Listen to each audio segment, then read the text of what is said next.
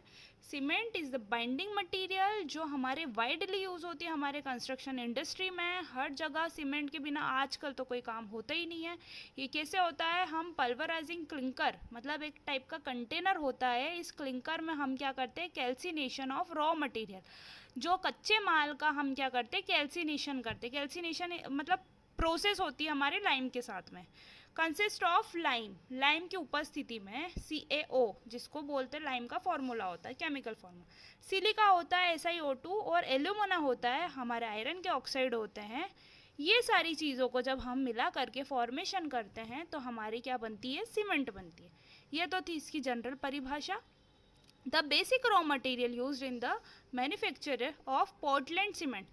और दूसरी चीज़ मैं बताना चाहती हूँ, हमारे यहाँ वाइडली मतलब ज़्यादातर, आम तौर पर, ठीक है, वाइडली जहाँ भी हमारा शब्द आएगा तो ज़्यादातर या आम तौर पर हम किसका उपयोग करते हैं, हमारी पोर्टलैंड सीमेंट का। आप जो भी JK सीमेंट, आपकी अल्ट्राटेक हुई, और भी जो भी देखते हो आप, ऐड देखते हो, तो वो हमारी अधिकतर जो अपन सीमेंट की बोरी खरीद के लाते हैं वो कौन सी सीमेंट होती है, हमारी पोर्टलैंड सीमेंट होती है। जैसे मैं अभी आपको यहाँ पे टाइप बताऊंगी, तो अपन कौन सी खरीदते हैं, ऑर्डिनरी पोर्टलैंड सीमेंट खरीदते हैं, ठीक है। तो क्या बोल रहे हैं वो, the basic raw material used in the Portland cement are, क्या लिखा है ये, अर्गिलेसियस एंड कैलकेरियस सब्सटेंस, ठीक है। ये समझ जाना कि जो भी मैंने पढ़ा अभी वो होता है, ठीक है, वो वाले सब्सटेंस होते हैं। और हमारे क्या होते हैं, lime stone, chalk, marine shells. Marine shells बता सकती हूँ कि जो समुद्र के अंदर वो होते हैं ना, जिसके अंदर से मोती निकलता है, ठीक है, वो जो ऐसे खुल भी जाते हैं, ऐसे बंद भी हो जाते हैं डब्बे जैसे, शेल्स, ठीक है। वो जब मर जाते हैं तो उनकी जो बाहर के शेल्स होते हैं, अरे वो शंख देखा तुमने, वो रेती के अंदर आ जाते छोटे छोटे से शंख, शंख देखे ना।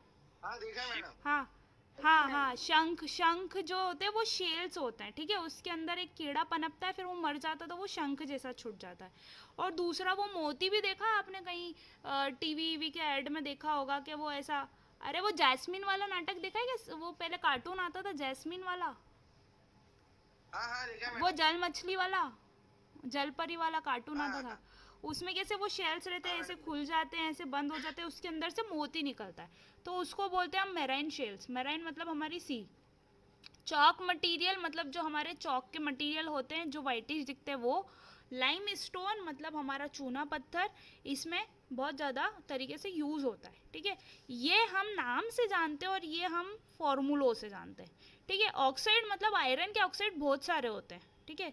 ऐसे एलुमिना होता है, सिलिका होता है, अलग अलग चीज़ों को हम मिलाते हैं तो ऐसे ये भारी भरकम हमारे केमिस्ट्री के वर्ड्स बनते हैं, आर्गिलेशियस और ये कैलकरेशियस, ठीक है। And argillaceous material are shale and clay blast furnace slag. इनको क्या करते हैं, एक फर्नेस भट्टा होता है उसके अंदर डालते हैं, टेम्परेचर देते हैं, फिर जिसके कारण क्या होता है, हमारा पाउडरी मटेरियल बनता है, वो कहलाता है हमारा सीमेंट कहलाता है, और वो उसका रंग होता है हमारा सिलेटी कलर का, ठीक है। अब आपको इंट्रोडक्शन में तो समझ में आ गया, ये 3-4 चीज़ याद रख लेना। उसके बाद ऐसी भारी भरकम चीज़ें तो मेरे को भी याद नहीं रहती है। तो रॉ मटेरियल के बारे में हम इसका डिस्कशन कर लेते हैं। यही चीज़ जो मैंने यहाँ पे चूना बोला, वो चूना होता है हमारा 60 से 67% के बीच में। दूसरी चीज़ SiO2 जो हमारा सिलिका होता है वो 17 से 25% के बीच में ठहरता है। फिर दूसरा होता है एल्यूमिना जो होता है हमारा 3 से 8% रहता है, और FeO2 जो हमारे आयरन के ऑक्साइड रहते हैं वो 0.5 से 0.05 से 0.06 के बीच में, ठीक है। MgO रहता है हमारा मैग्नीशियम के ऑक्साइड जो रहते हैं 0.1 से 0.4 तक रहते हैं, 0.4 तक रहता है, ठीक है। एल्कलीज जो होती है हमारी एल्कलीज जो होती है हमारी 0.4 से 1.3 के बीच में रहती है। सल्फर जो होता है 1 से 3 के बीच में रहता है। तो जब इन सब चीज़ों को हम एक रेंज में मिलाते हैं तो हमारी किसका निर्माण होता है, हमारी सीमेंट का निर्माण होता है। अब बात करते हैं हमारी सीमेंट की प्रॉपर्टी। प्रॉपर्टी मतलब विशेषता, ठीक है। प्रॉपर्टी ऑफ सीमेंट, एक अच्छे सीमेंट की या एक अच्छी सीमेंट की हमारी क्या विशेषता होनी चाहिए? देखने जाते हो कि नहीं जाते हो? देखने जाते हो तो कैसी होनी चाहिए? लंबी होनी चाहिए, है ना, गोरी होनी चाहिए, खाना बनाना आना चाहिए, है ना, देखने यही जाते हो ना?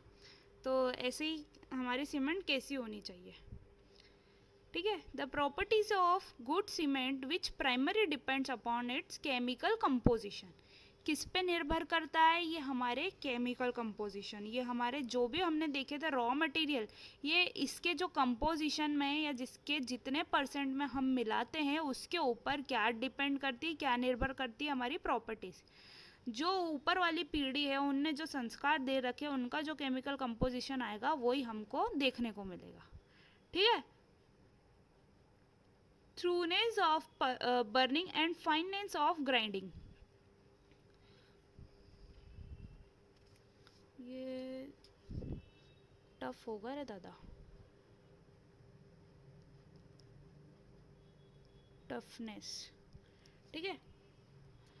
बर्निंग से उसको क्या मिलती है? जब हम भट्टे के अंदर इसको पकाते हैं तो इससे हमको क्या मिलता है? टफनेस मिलती है। और जो फाइननेस, जो उसका मटेरियल का चिकनापन होता है और बारीकपन होता है, ये किससे मिलता है? हमको ग्राइंडिंग से मिलता है। मतलब उसके पीसने के या उसके मैश होने के या उसके बारीक होने के से हमको क्या मिलती है? उसकी फाइननेस मिलती है, ठीक है? पहली पॉइंट क्या बोल रहा है कि हमारी अच्छी सीमेंट काय पे निर्भर करती है? हमारे केमिकल कंपोजिशन पे, केमिकल कंपोजिशन पे निर्भर करती है। जो टफनेस मिलती है वो जलाने के कारण मिलती है, और जो फाइननेस, जो बारीकपन, जो अच्छापन मिलता है, जो ग्राइंडिंग के कारण मिलता है। ग्राइंडिंग मतलब पिसाना या पीसना। ग्राइंडिंग मिक्सर होते हैं ना, क्या काम करता है? वो ग्राइंडिंग के काम करते हैं। तो बात कर रहे थे अब हमारी प्रॉपर्टीज़ के बारे में कि गुण क्या क्या है भैया, सामने वाली में गुण क्या क्या है? सामने वाली कौन? सीमेंट में, क्योंकि इसी को तो व्यवहार निभाने हैं। मेन काम तो हमारा एग्रीगेट पर अच्छा लोड आएगा तो व्यवहार कौन निभाएगी? सीमेंट। और सीमेंट क्या होनी चाहिए भैया? निभाने वाली, कि अपना व्यवहार अच्छे से निभा ले, जोड़े रखे सबको, है ना? याद रहेगी? तो विशेषता क्या क्या होनी चाहिए दादा? तो विशेषताएं पढ़ते हैं। It gives strength to masonry, ठीक है? चुनाई में, चिनाई में, हमारे ब्रिक मैसोनरी करने में, ब्रिक मैसोनरी करने में ये क्या प्रदान करनी चाहिए? स्ट्रेंथ प्रदान करनी चाहिए, ताकत देनी चाहिए। जब ईंटों को जोड़ा जाए तो प्रॉपर मजबूत रहनी चाहिए, है ना? इट इज़ एन एक्सीलेंट,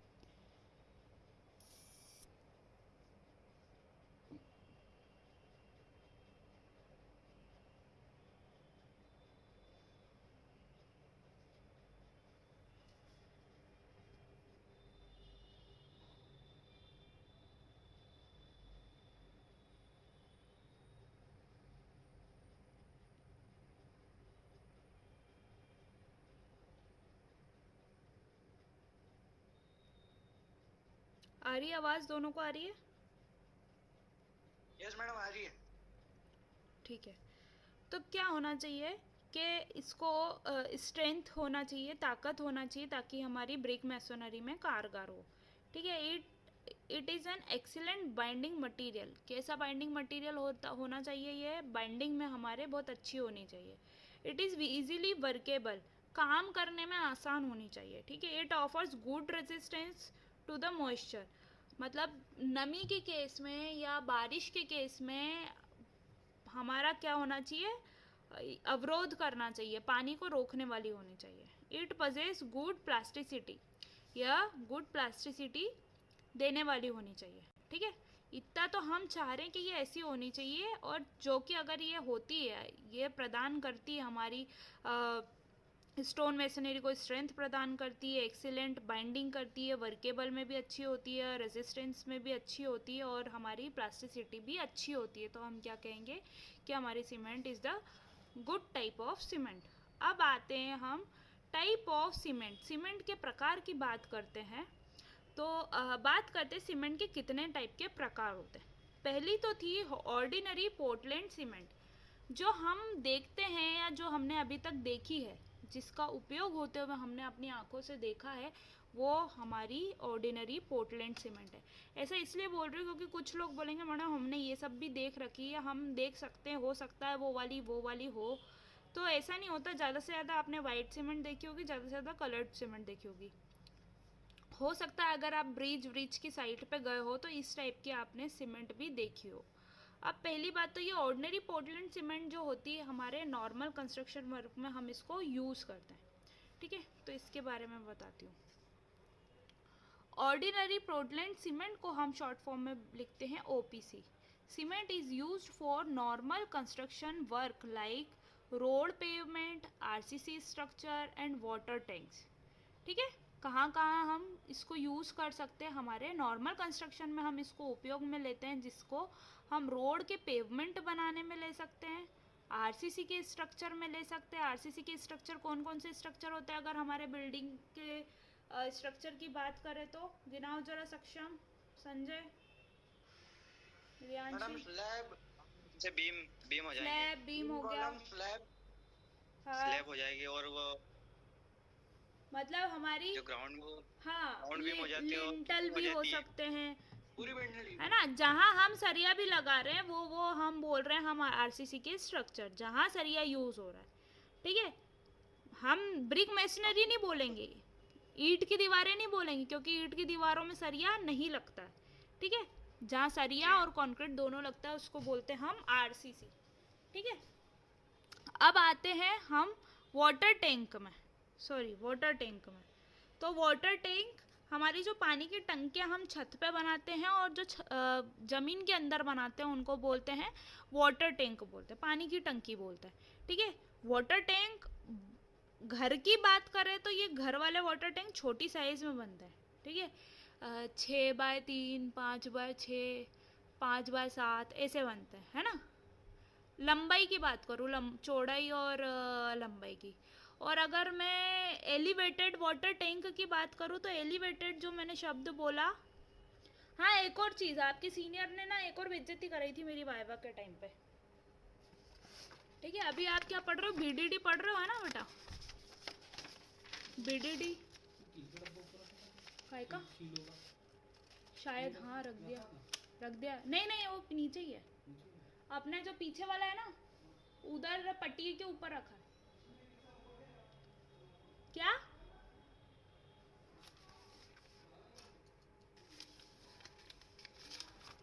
हाँ, आप क्या पढ़ चुके हो? ईडी पढ़ चुके हो, इसको बोलते हैं अपन इंजीनियरिंग ड्राइंग। अब आप पढ़ रहे हो VDD, building drawing and design. Full form तो सीख गए ना, इतना तो पता है ना बीडीडी सब्जेक्ट का फुल फॉर्म। अब ड्राइंग डिजाइन, हाँ, अब वैसे तो ये इसका क्वेश्चन है मगर मैं बता देती हूँ। वैसे तो बीडीडी का था, मेरी बेइज्जती नहीं हुई थी क्योंकि मैं नहीं पढ़ाती थी।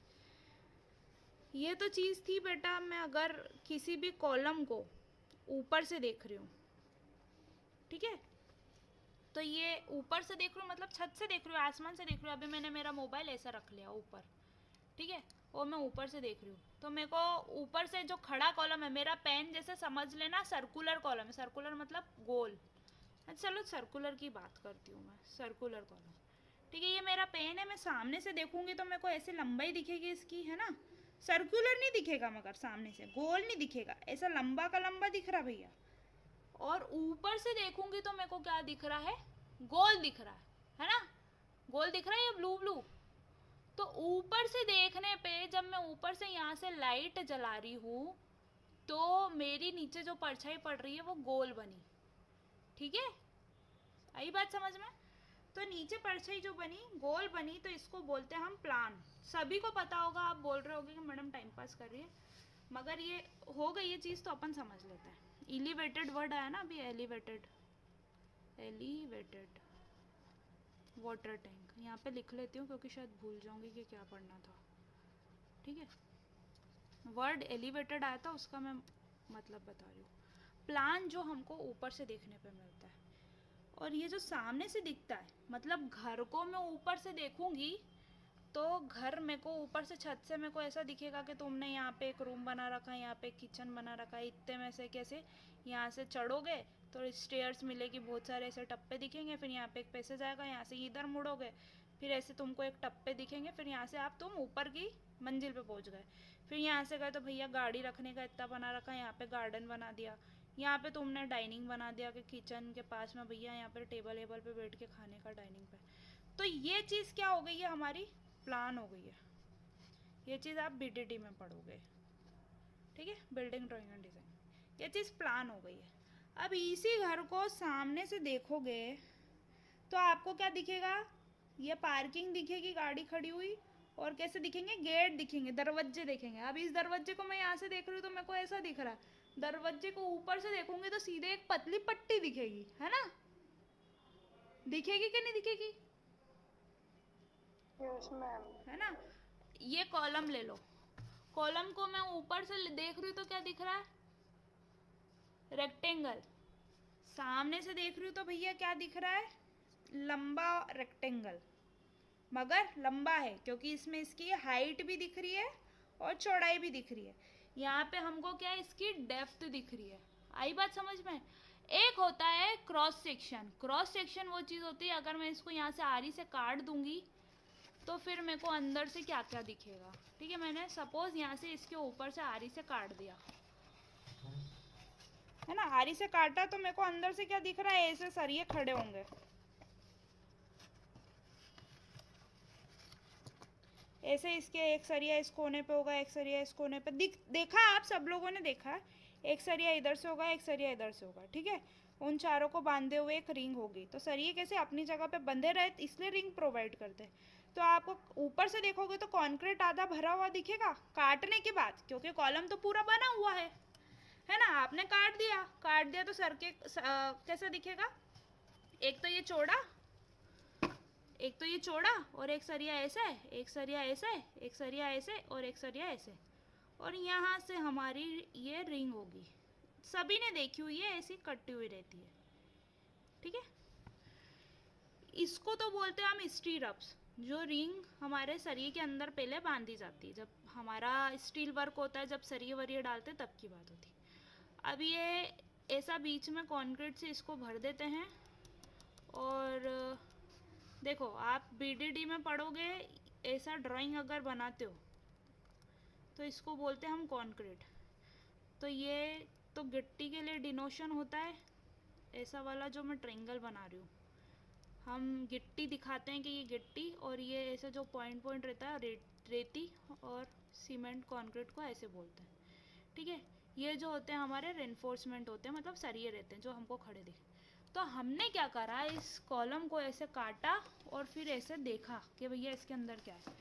तो इसको बोलेंगे हम, क्या बोलते हैं इस चीज़ को, क्रॉस सेक्शन। आई बात समझ में।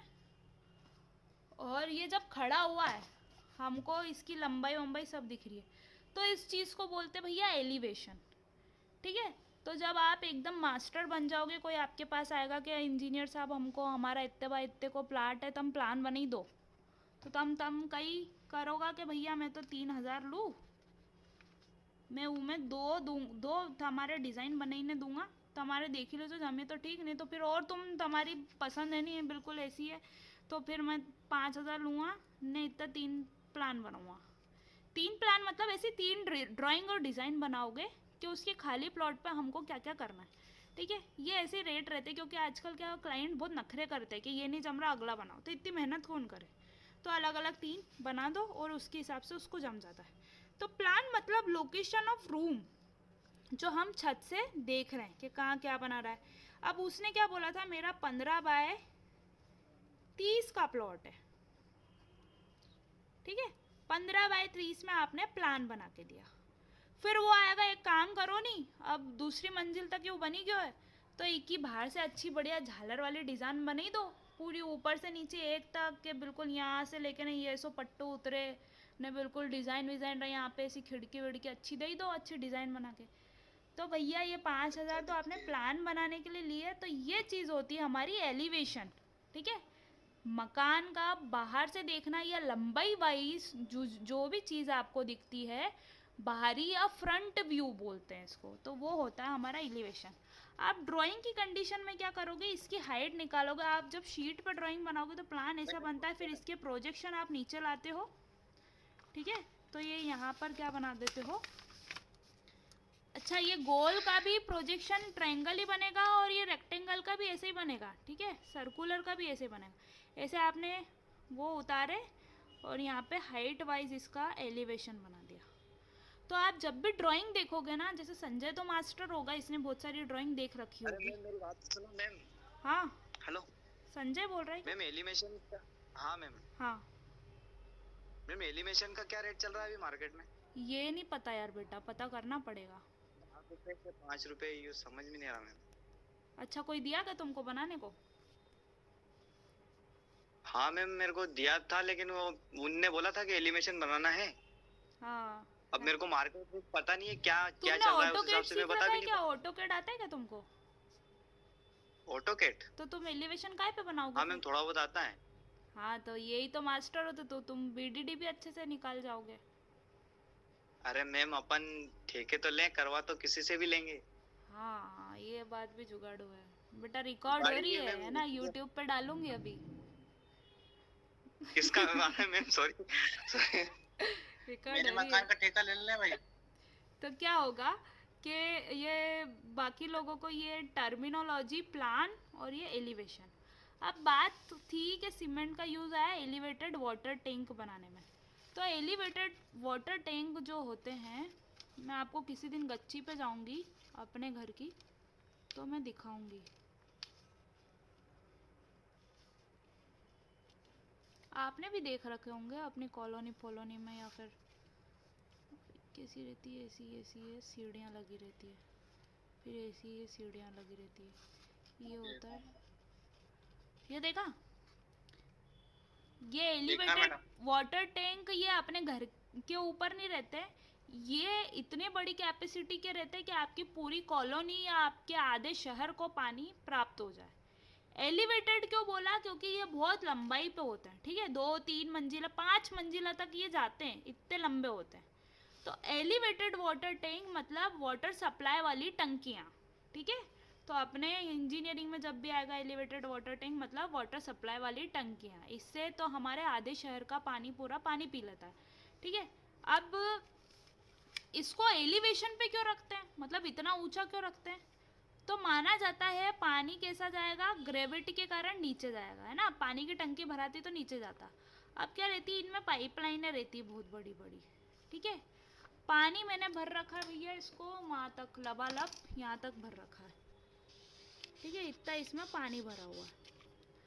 अब पानी क्या होगा, हायर लेवल मतलब इसका लेवल कहाँ तक उठा हुआ है, इतने मीटर तक। अगर ये कितने, तीन मंजिला है, मतलब 11 फीट और 11 फीट, ये अगर 33 फीट इसकी हाइट है यहाँ तक की, और ये 22 फीट मान लो, है ना, मतलब बहुत लंबा है यार बेटा। ये 5 मंजिल हो गई अपनी, 11 फीट की ये एक मंजिला कहलाती है इतनी पूरी हाइट।